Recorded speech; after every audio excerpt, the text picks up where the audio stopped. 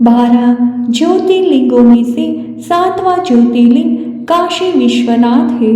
इसके दर्शन मात्र से ही लोगों को मोक्ष की प्राप्ति होती है। वाराणसी एक ऐसा पावन स्थान है जहाँ काशी विश्वनाथ ज्योतिर्लिंग विराजमान है। ये शिवलिंग काले चिकने पत्थर का है। काशी यानी कि वाराणसी सबसे प्राचीन नगरी है। 51 शक्तिपीठों में से एक शक्तिपीठ मणिकर्णिका भी यही स्थित है। इस मंदिर का कई बार जीर्णोद्धार हुआ। 12 ज्योतिर्लिंगों में से इस ज्योतिर्लिंग का बहुत महत्व है। इस ज्योतिर्लिंग पर पंचामृत से अभिषेक होता रहता है। ऐसा कहा जाता है कि भगवान मरते हुए प्राणियों के कानों में तारक मंत्र बोलते हैं, जिससे पापी लोग भी भवसागर की बाधाओं से मुक्त हो जाते हैं। ऐसा कहा जाता है कि काशी नगरी का प्रलय काल में भी अंत नहीं होगा।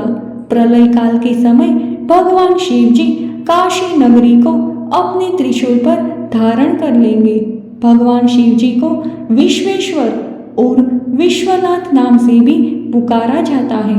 पुराणों के अनुसार इस नगरी को मोक्ष की नगरी भी कहा जाता है।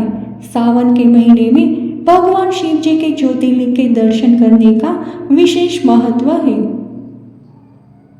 ये ज्योतिर्लिंग उत्तर प्रदेश के काशी में स्थित है। इसका निर्माण यहाँ किस प्रकार हुआ था, चलिए जानते हैं आज के इस वीडियो में। शिव पुराण की कोटि रुद्र संहिता में वर्णित पौराणिक कथा के अनुसार किसी समय की बात है। निर्विकार तथा चैतन्य पर ब्रह्म ने निर्गुण से सगुण शिव रूप धारण किया। फिर वे शिव ही पुरुष और स्त्री रूप में विभाजित हो गए। पुरुष तत्व का नाम शिव हुआ और स्त्री तत्व का नाम शक्ति हुआ। उन शिव और शक्ति ने अदृश्य रहकर प्रकृति और पुरुष की रचना की। परंतु पुरुष तत्व जो कि श्री हरि विष्णु ही है और प्रकृति उनकी पत्नी अपने आप को बिना माता पिता को देख के व्याकुल हो उठे। कुछ समय बाद निर्गुण परमात्मा से आकाशवाणी प्रकट हुई कि तुम दोनों को तपस्या करनी चाहिए, फिर तुमसे परम उत्तम सृष्टि का विस्तार होगा।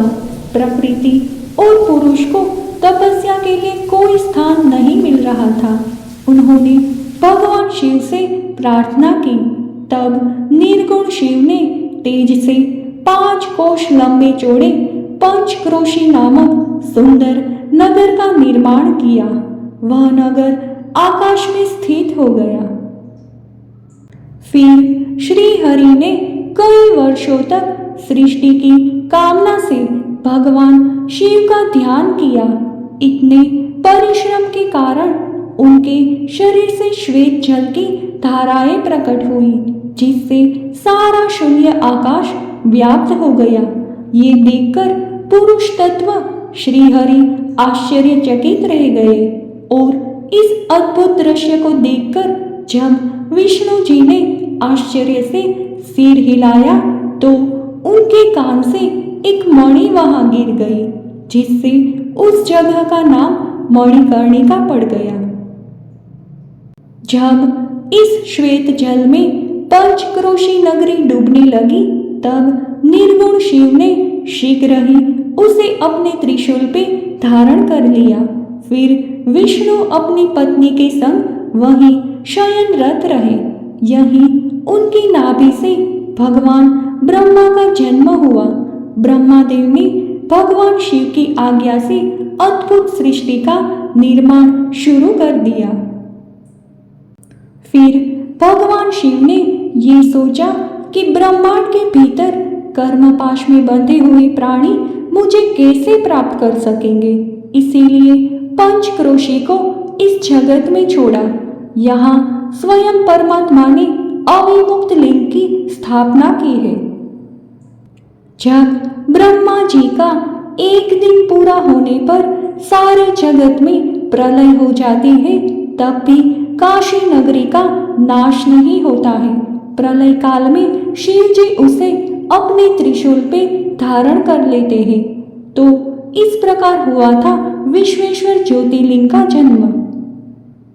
मत्स्य पुराण में इस नगरी का महत्व बताते हुए कहा गया है कि ध्यान और ज्ञान रहित तथा दुखों में पीड़ित मनुष्य के लिए काशी ही एकमात्र परम गति है।